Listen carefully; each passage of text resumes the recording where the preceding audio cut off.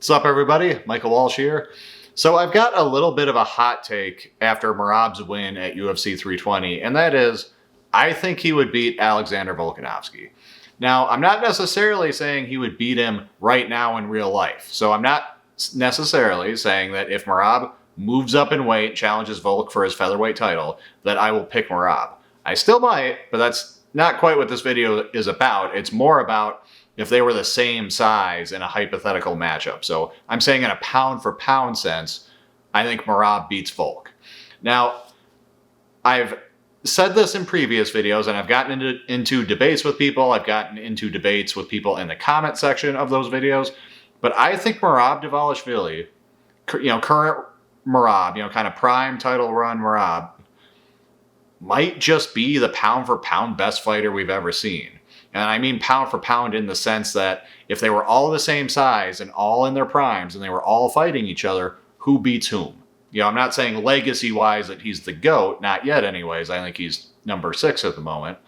But in terms of just who beats whom, I think it's him. I would pick him over literally every other fighter who's ever lived.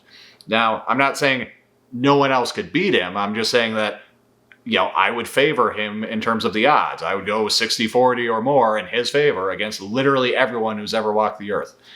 Now, some people would object to that, but I mean it sincerely. I would pick him over John Jones. I would pick him over GSP. I would pick him over Volkanovski. I would pick him over Khabib. I think he has a style, or rather a combination of style and attributes that is just unprecedented, and that I don't think anyone else has the right tools to deal with yet. I simply don't. And I want to talk about, because now that's a big blanket statement. I'm saying he'd beat everybody. But I want to specifically talk about Volkanovski because, for one, that fight might actually happen. Now, Merab has commented on it. He said that he doesn't want to go up. He doesn't want to fight Volk. He respects Volk. And he said that, he thinks Volk would beat him. Now, before everyone says, see, even he thinks he'd lose. That does strike me more as Merab being humble and just, I think he likes Volk. I think he respects Volk. I think they have a chummy relationship probably. Merab, said very, it's a much stronger friendship, of course, but he said similar things about Sterling. And yeah, maybe Sterling does beat him in the gym, but in any case, that always kind of struck me the way that Cormier saying that Kane would always beat him struck me, where it's maybe that's true, maybe that isn't. Maybe that used to be true and it's not anymore, but he just loves the guy and respects him, and he's just not gonna, maybe they just have agreed they'll never fight, and that's just his way of just, of big-upping his buddy, and he's just humble enough that he doesn't feel like it tears him down at all to, big up his friend that way. In any case, I think Merab believes he could beat Volkanovski. I think that's just humility, ultimately. And even though he said that, even though he has said he won't go up and fight him, I'm not ruling it out. We could see a time not too far down the road where Merab just has no other fucking contenders, where Merab, maybe he beats Pantoja, or maybe, Pantoja just doesn't want to go up and fight him, or whatever. The UFC just doesn't want to make that fight, and Merab has no contenders, and Volk is still fucking around. It's at that point, I think it's realistic that he goes up. And if that happens, I very much might still pick him, but I'm confident in picking him in a hypothetical matchup where they are the same size. And that is in no small part because of what happened at UFC 320 with Merab versus Sandhagen. Because while no one would say that Sandhagen is as good of a fighter as Volk, and in terms of legacy and whatnot, he's certainly not on the level of Volk. He was never even the champion. However, Sandhagen was so fucking prepared in his fight with Merab that it basically convinced me Volk wouldn't do any better. And now what I mean by that is Sandhagen did as much as you could ask a mortal man to do against Merab in that fight. He was so well prepared. He overcame so much adversity just to end the fight as well as he did. That and in ways that are analogous to what Volk would and could do, that for Sandhagen to do all that and only get that good of a result, it virtually dooms Volk's chances, in my opinion. So like breaking that down a bit, Sandhagen, skill for skill, I don't think is much worse than Volkanovski at all. I think Sandhagen's striking is extremely good. His footwork, his feints, his setups, his like game planning, his adaptability, like he is extremely good. His takedown defense is very good. His get-ups are very good. His hand fighting, very good. His offensive wrestling, very good. Just look at the Rob Font fight. His jiu-jitsu is like definitely better than Volk's, I think. And he offers certain threats that Volk wouldn't offer. He also offers certain knockout threats on the feet, because neither guy is a great knockout artist. But at least Sandhagen, you've got to worry about like ducking onto a knee. Like you don't even have to worry about that with Volk if you're Merab. And if you look at how the fight played out, like you saw similarities between how Volkanovski fought Islam in their first fight and how Corey Sandhagen fought Merab in this fight. Because it was a similar plan. It was like, okay, we're going to stay on the feet. We're going to use footwork. We're going to use our work the lead hand, et cetera, et cetera. It was a little bit of an easier task in the sense that Volk was fighting a southpaw, and that clearly was troubling for him. But nevertheless, you saw the success Corey had in round one. That's the sort of plan someone like Volk would bring to a fight like that. And we saw throughout the fight similar like ways of fighting the wrestling. Very good at get-ups, very good hand fighting. He was even doing the thing Volk would do where he like gets to his feet, he's fighting the hands, he like literally puts his head into the fence and fights the hands from there. Like that's what Volk did against Islam. And the kind of stuff that we saw Volk do against Islam but didn't necessarily see Corey do, such as that like reverse butterfly hook sweep that Volk was using. Like that's something, that might not have played out in the Merab Sandhagen fight because the positions weren't the same, but like, and Merab wasn't trying as hard to hold him down, whereas Islam was trying to hold Volk down and like stay on top of him. Nevertheless, that's something Corey could easily do. Like that's very like from a jiu-jitsu point of view, I think Corey is the better fighter than Volk. That sort of defensive, Craig Jones style jiu-jitsu, like that shit is in Corey's wheelhouse. And it didn't matter because that's not how the fight manifested, and it's not how it would manifest if Volk fought Merab. And like, I think a lot of people would pick Volk, not just because he's, they would pick him over Merab, not merely because he's so talented, and because he's so accomplished, because in the kind of GOAT discussion, most people would place him ahead of Merab, but they would pick him because of like his endless cardio and his general doggedness. Because we have seen that Volk has an unbreakable fighting spirit. We saw that in the Brian Ortega fight, where he fought out of some of just the fucking gnarliest submission attempts you'll ever see. That mounted guillotine was so fucking tight, it's not even funny. And he would fight out of those submission attempts and then proceed to just beat the living shit out of Brian Ortega and just completely turn the tide of what could have been this catastrophic fight-ending moment for him. Like, we saw that, and then we saw it in the Islam fight. Even though he lost the decision, he won the 5th round. He came out strong. He got on top of him. He's on top of Islam. He's in Islam's guard. He's landing very gnarly ground and pound. Islam looks like flustered and desperate. Like, Islam just looks like he's hoping to reach the fucking final bell, and Volk is just pouring it on. And when the fight's over, he looks like he could just keep going. Like a friend of mine said, never in his life has he more wanted to see a 7-round fight than the first Volk-Islam fight. And I feel the same way. And if it were pride scoring, which it wasn't, but if it were pride scoring, Volk would have won. And that's all well and good. And I get where people would say, oh, so Merab with his pace, the way he breaks people, he'll never break Volk. And I don't even disagree. I don't think he would break Volk. But I don't think it would matter. Because he didn't break Corey. I mean, like Corey... And this is where, again, I think it like Corey showed everything Volk could hope to do, and it didn't fucking matter. Because Corey went through a lot worse than Volk went through in that Islam fight. That beating Corey took in the 2nd round, it's miraculous he survived that. Because he was so hurt, that got so close to being stopped. many refs would have stopped it. If it were anything other than a high stakes title fight, like, it just would have been stopped. And, we had other fights on the card, maybe different refs, but we had other fights on the card that got stopped to much gentler, strikes than that. Even the main event with Pereira got stopped sooner than that, and that was a justified stoppage. But, Sandhagen was given a lot of fucking leeway. That was like a Frankie Edgar, Gray Maynard 2 kind of beating that he had to withstand. And that's all well and good, and he did it. But to withstand that, to win, not dominantly, but win the first round, be looking good, to take that kind of beating in the second round, and not only like survive and go on to take the fight the distance and not get finished, but to not have your gas tank just get fried with that kind of beating is insane.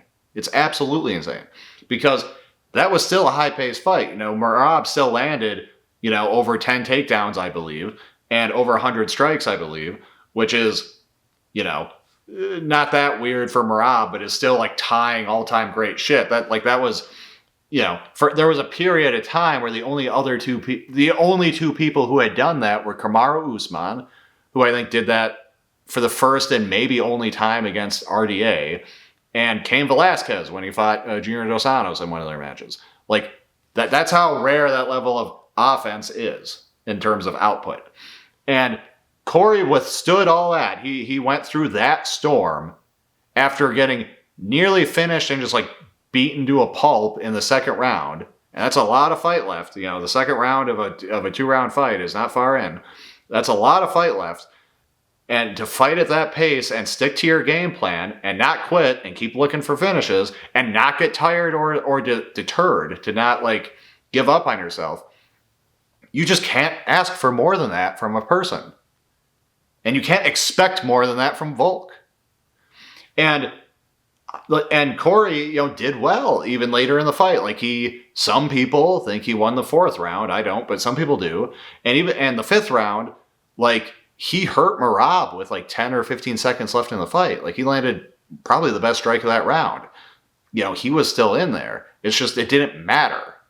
And what will Volk do differently? Like, Volk is less of a finishing threat on the feet, like I just discussed.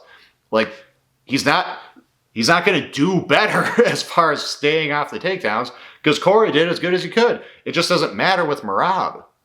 It's like some people talked about and like was actualized, in the lead up and then in seeing the fight with Umar and Merab, because Umar was saying like, well, what's he going to do?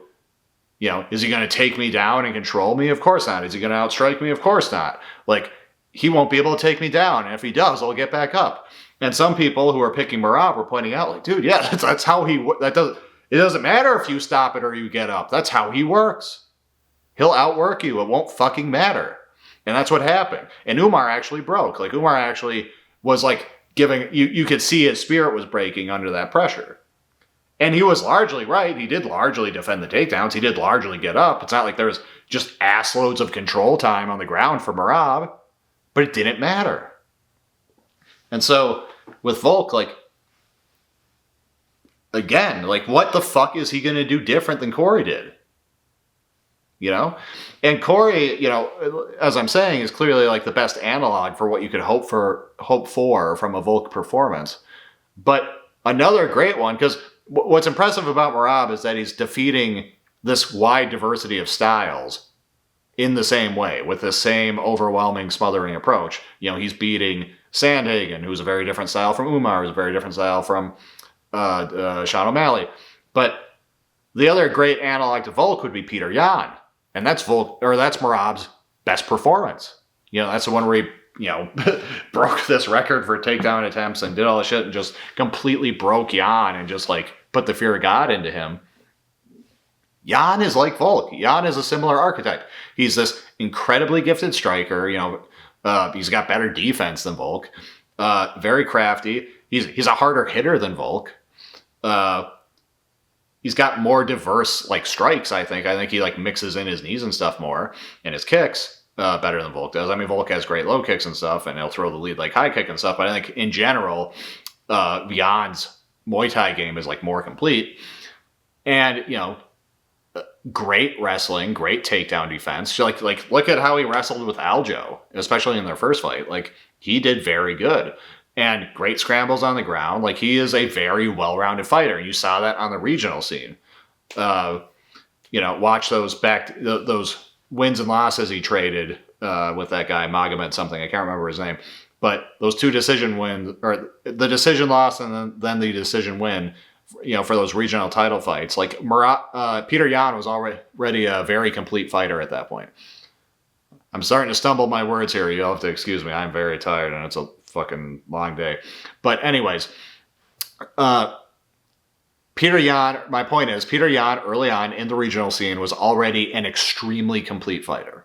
Great grappling, great striking, great takedowns, great takedown defense, gnarly ground and pound, just, a savant, an MMA savant. And what the fuck could he do against Merab? Nothing. So if that's what Peter Yan gets out of a fight with him, if that's what Corey Sandhagen, and not just Corey Sandhagen in general, and in a vacuum, but Corey Sandhagen in that fight with what he brought, which again was the most prepared I've ever seen a fucking human being be for a matchup. Like Corey just couldn't get it done, and he couldn't even get that close to getting it done. And yeah, it was a Pyrrhic victory of sorts, or a moral victory in the sense. It wasn't a Pyrrhic victory, it was a moral victory in the sense that, he didn't get finished in the second. Again, he went the distance. Again, he didn't get fatigued. He didn't give up on himself. But that just kind of makes it all the more hopeless in a way.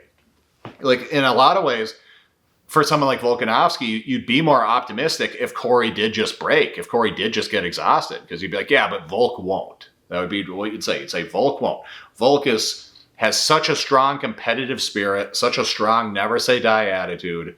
He's truly in that ilk of like Frankie Edgar, Dominic Cruz, Kamaru Usman, those sorts of just genuine competitors who are always fucking in the fight, that he won't wilt like that. That Corey might have, Umar might have, Peter Yan might have, but he won't. But again, like, Corey didn't wilt. He didn't give up. He didn't get exhausted. And it was still for nothing. It's like it was still a hopeless battle that he had for, that you left looking at it, like the way you were looking at it once it resolved was to be like, outside of a fluke, like outside of like him just catching him like and getting lucky, or outside of, him like snatching up a neck or something and just kind of getting lucky and Merab getting sloppy, or like a freak injury or something, like what the fuck is he going to do to win? Like, how could he do better than that? And I don't like Volk, like what, again, I put it to you people, the people watching this, what is Volk going to do? Because I'll summarize one last time. Volk might not get tired. Doesn't fucking matter. Volk might not give up. Doesn't fucking matter.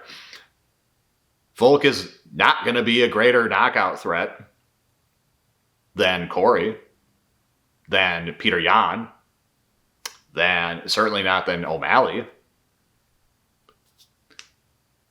Volk's not going to offer more on the ground in terms of jiu-jitsu than Corey did. And Volk is probably just going to do the exact same shit as far as his get-ups and his hand fighting and stuff and his takedown defense as Corey did.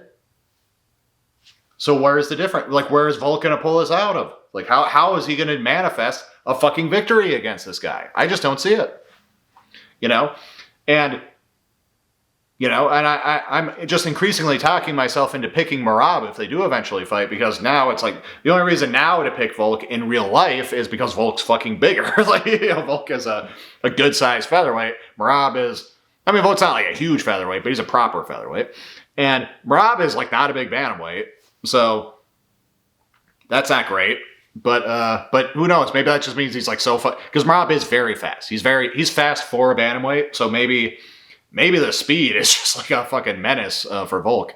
But if they were the same size, if they were peers in the same weight class, I'm not picking Volk at all. And I love Volk. Volk's one of my favorite fighters. I got Volk ahead of Merab on the pound for pound GOAT list. I think if Volk beats Evloev, Volk is number one all time. Full stop. I made a whole video about that. But against Merab, I'm telling you, like, ain't nothing to fucking do. He's not going to win.